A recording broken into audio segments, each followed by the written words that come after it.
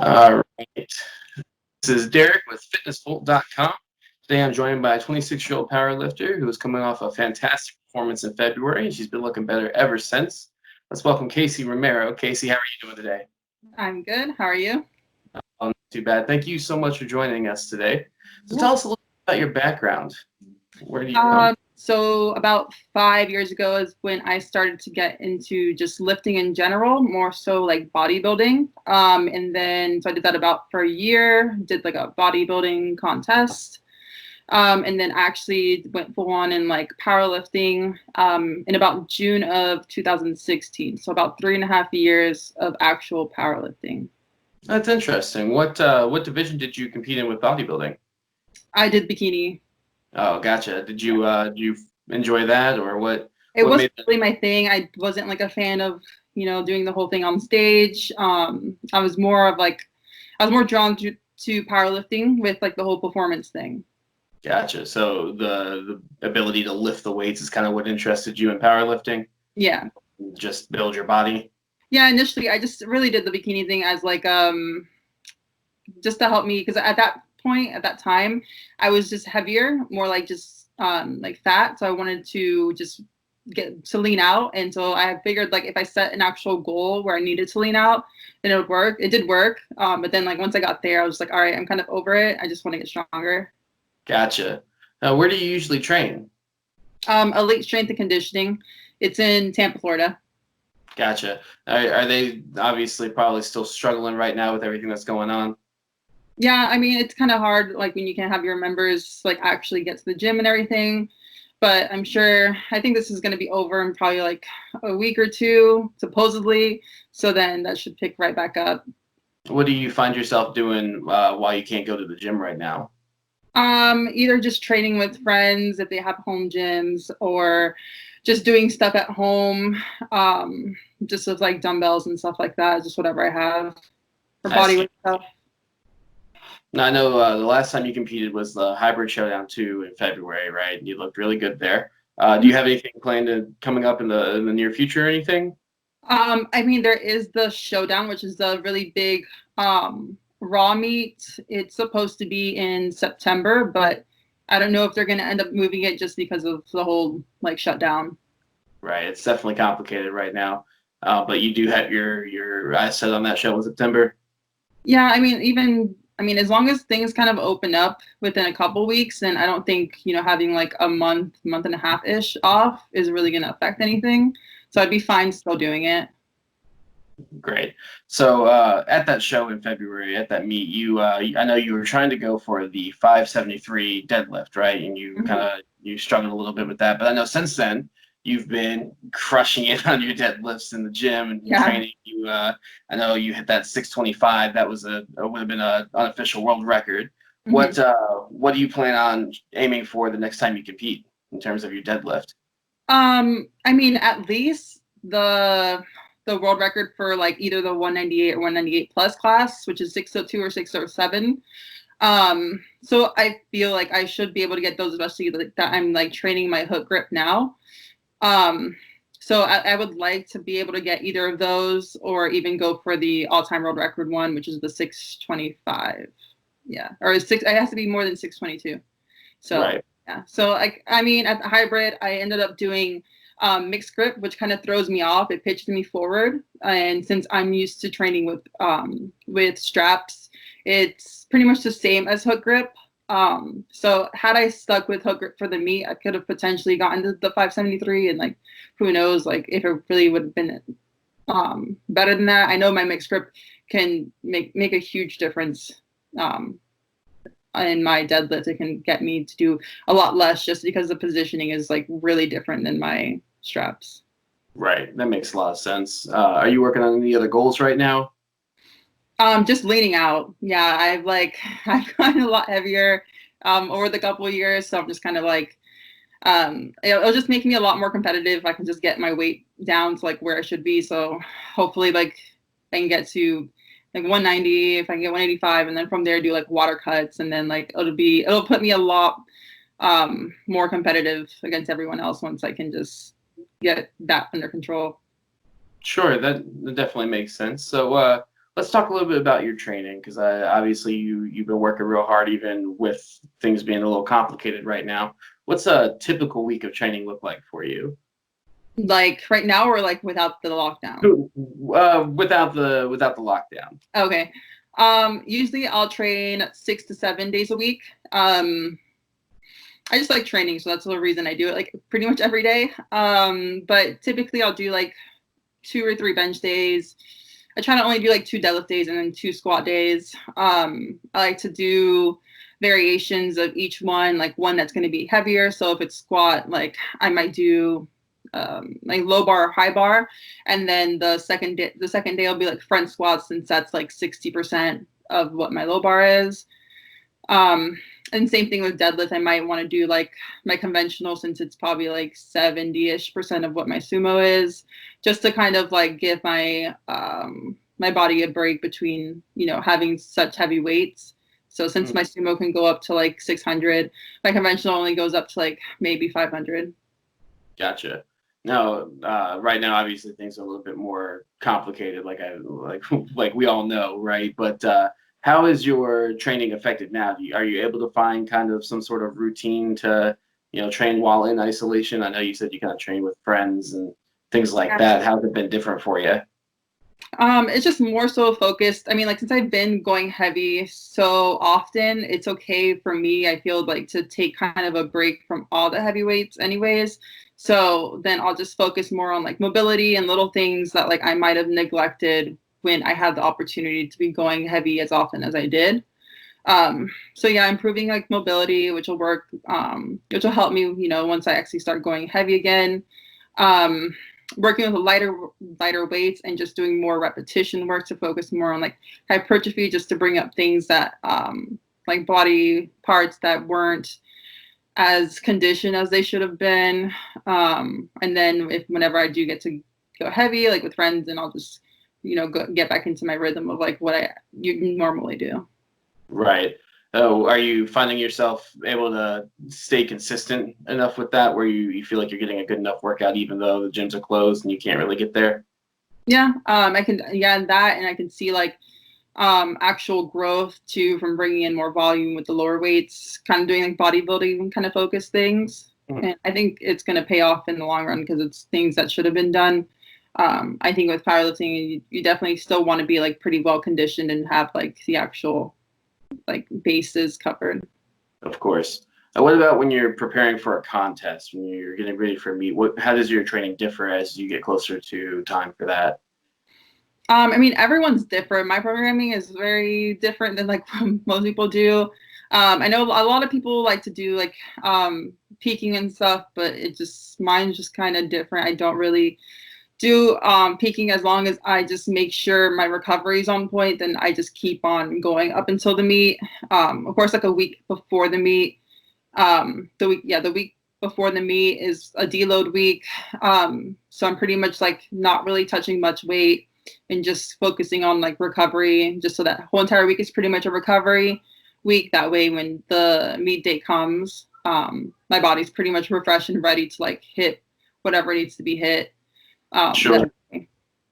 What do you find works best for you in terms of recovery? How do you do the recovery process before a meet? So definitely decreasing volume a lot. So having the days off, doing blood flow work. So I won't squat like my 90%. It'll be like 30%, and just kind of, finding the, dialing technique, getting blood flow with repetition. And then just like simple band work, mobility, stretching, rolling out. I really like using like a car buffer to get into like my quads, especially. That's interesting. Yeah, so stuff like that. Cool. What about your diet? I know you said that you're working on slimming down a little bit. How are you dieting right now? For the most part, it's just decreasing my intake, because my intake was definitely pretty high. I think I was like usually around 3,000. Sometimes it would be like 31, 32. It was honestly, it was just all over the place. I had like no pattern, like no control over it. So that's why it was like my weight was kind of all over the place. So yeah, so now it's just decreasing decreasing about like maybe like 400 calories from what I expect my like TDEE to be. Having higher protein, lower fats, and like moderate high carbs. And so just the deficit alone should start to cut the weight. And then higher protein was kind of just maintain the muscle that I have. It definitely seems like nutrition is always the last skill to learn as you start working on powerlifting. Yeah. Are you working with any sort of nutrition coach or anything like that? No, but just over the years, like I have worked with people before. So between like I think I've worked with like every single nutrition things possible, like Avatar Nutrition. I've seen like just online things like hybrid nutrition, literally everything. So like throughout all of that, I've kind of seen like, okay, so the typical thing is pretty much like lower fats, carbs for powerlifters, definitely, and then higher protein. So just following that, honestly, like what everyone will say is like, the deficit is honestly the key. How you break down macros matters, but if you're not in a deficit, then there's nothing to pull from your body. Sure. What are your favorite meals to eat right now? I noticed that I diet better if I just have as little options as possible. So that's what I'm trying to do now. So it's literally just I'll have like Cliff bars before training. That's kind of almost my treat for the day, and then it's 2 protein shakes and then 4 meals of chicken and rice, and that's it. Yeah. No options means no cheats, right? Yeah, like I even took out protein bars because like there'll be times where like I won't want the protein shakes. I'll be like, whatever, I'll get a protein bar. And it honestly, it still like messes up the macros just because the protein bar is going to have carbs. The protein shake doesn't. So it's just like, it's easier if I just completely simplify it as much as possible. Sure. What about your supplements? Do you take any sort of supplementation stack? Yeah, so I'm with Animals, so I'll take like their Flex, which is good for like joints and stuff, which like with powerlifting, like obviously joints kind of get beat up a bit when you're like putting a bunch of weight on them. I'll take some BCAAs. I'll try to get my vitamins with them as well. And then the whey protein, that helps as well. Sure. Yeah, definitely. What about outside of the gym, outside of the training? What interests do you have outside of that? I honestly I haven't been doing much outside of that just because like up until like the quarantine because I didn't have like that much time. So regularly before the quarantine, I honestly wasn't doing much because it was either working, training, or I was doing my coaching. So almost my coaching was kind of like a hobby in itself. But once it was quarantine, I was like, I have so much more time. So I picked up playing more like video games. So like I've been playing Fortnite a lot more, and I really that. Yeah. I'm definitely a sucker for some Fortnite. I can't lie to you. It's easy. It's just mindless entertainment right now, right? Yeah. Now, what do you do for a living? What's your work? So I do coaching, so it's kind of have like my own little business with that. Aside from that, then I have like a side job, which is like serving. So yeah, between those two, like I'm fine. It takes care of everything that I need. And it kind of lets me have like an open schedule. That way I can keep on training and, recover and just everything that I feel like doing for now. I mean, in the future, I'd like to do more with my actual degree of statistics. But right now I'm just more so focused on just powerlifting and coaching. So I'm just kind of putting that off to the side for now. What school did you go to? University of South Florida. Gotcha. And you said you have a degree in statistics. Mm-hmm. Do you find that that's able to help you out in terms of like counting your macros and finding the right type of method for your lifting, anything like that? Does that transition well for powerlifting? Yeah, just because like since I have like so many years, I've always just been like a really big math person, like elementary school, middle school, high school, like I was on math team, like that's always just been like my strong thing. So I've definitely been able to, I'm definitely like very analytical, and like the way I program, it definitely, I feel like is a different, the reason I say like I don't program like normal people is because of the way like how I'm analytical. So it's literally like everything's literally formulated. So people like who peak and do all that stuff, I'm just like, the way I look at my programming is just different. So yeah, math does play a big role in that. And I definitely think like the way I program has a lot to do with the fact that I spent so many years with, analyzing numbers, I guess. Right.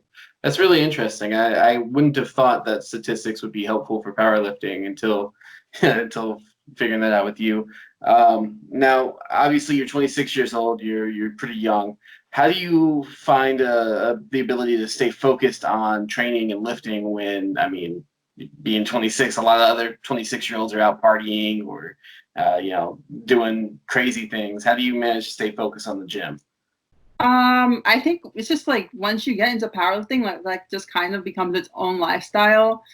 So I mean, like when I was like 17, 18, 19, like I was, and I wasn't into fitness back then. Yeah, I'd be more interested in like going out to like club or bar, whatever, hang out with friends. And I feel like that completely burnt itself out in like the younger years. Where like now I have zero interest in that, and my interest is completely like, all right, well, these are the numbers I want to hit, and it's just completely like just fitness goals, and I have like no other interest in like anything else. So there's just zero temptation there. There's zero like there's nothing I want from there's like nothing it means like, oh, I want to go to like a club. Like I don't have that at all. Right. Now, obviously, there's a lot of sacrifices involved with living a powerlifting lifestyle. The eating nonstop chicken and rice, and you spend a lot of time training where a lot of people would slack off. What's been the biggest sacrifice that you feel like you've made in terms of following your powerlifting career? Um, I mean, I would say, yeah, that's pretty much it. It's just you're constantly like throughout the entire day, I'm just more focused on doing things that are going to help me recover better. Because ultimately, with powerlifting, I would definitely say recovery is key. So yeah, it's like, okay, did I drink enough water? Did I make sure I slept? Did I maybe like if my friends, I don't live by mountains, but like if I did, my friends want to go for like a hike or something, like, oh, I can't really hike because I have to squat tomorrow, and that would like definitely affect, so like little things like that where you kind of just revolve what you do the day before training around training. So I would say those are the sacrifices, because you're kind of just like, oh, I want to make sure I'm not, if I go and do this with friends, then that can affect the training tomorrow. So even if you do go, you're kind of like taking it easy. Yeah, so you just constantly have to kind of stay on point and make sure you're going to be ready for like the next day's training. Sure, that definitely makes sense. And you said that you've been dabbling a little bit in coaching yourself, right? Mm-hmm. How do you find yourself enjoying that a lot? Do you want to maybe pursue that later on after maybe your powerlifting career is over? Anything like that? Yeah, I mean, I would definitely say I'm pretty much like I have like it's definitely like something right now. I mean, right now, like the people that I do have right now, like they can't really, probably I would say like 70% of them can't really train. They don't have home gyms or anything. Right. So I gave them like home workouts that they can do. Um, but yeah, so I definitely consider that like my main source of income right now is the coaching. And in the future, I'm not really sure what the whole plan will be. I mean, I think I should probably do something more related to my degree, which like the initial plan was going to be like doing like data analyst or something. Mhm. Um, but yeah, like I said, I'm not really going to be too focused on getting like towards that route till like probably I'm older, probably like mid 30s or something like that, and then I'll be like, as powerlifting gets harder for me as I'm getting older, then that's probably when I'll transition into more like just being a coach and just doing the like data analyst type of thing. Mm, gotcha. That definitely makes sense. Obviously, right now you're kind of focused on making sure that you get the most out of your powerlifting career as you can. Mm-hmm. You've definitely been doing a lot of great things. I don't know if people follow you on social media; they'll see all the hard work you're putting in. Where can people find you right now? Sorry. Where can people find you, or like where on social media, things like that? Oh yeah, so Instagram, my name, Kheycie. That's pretty much it. I mean, I'm on Facebook. I have like my coaching thing on Facebook as well. But definitely where I really just post with training and everything like that is just pretty much Instagram. Gotcha. All right. Well, thank you so much for your time today. It's been really interesting talking to you. Yeah, you're I welcome. hope to see you compete in September. Hopefully, everything will be a little bit more normal by then. Yeah. And we'll see you then, okay? Okay. Thanks for interviewing me, taking time out of your day. No problem. It was a pleasure. Thank you so much. Yeah, you're welcome. Bye. Bye.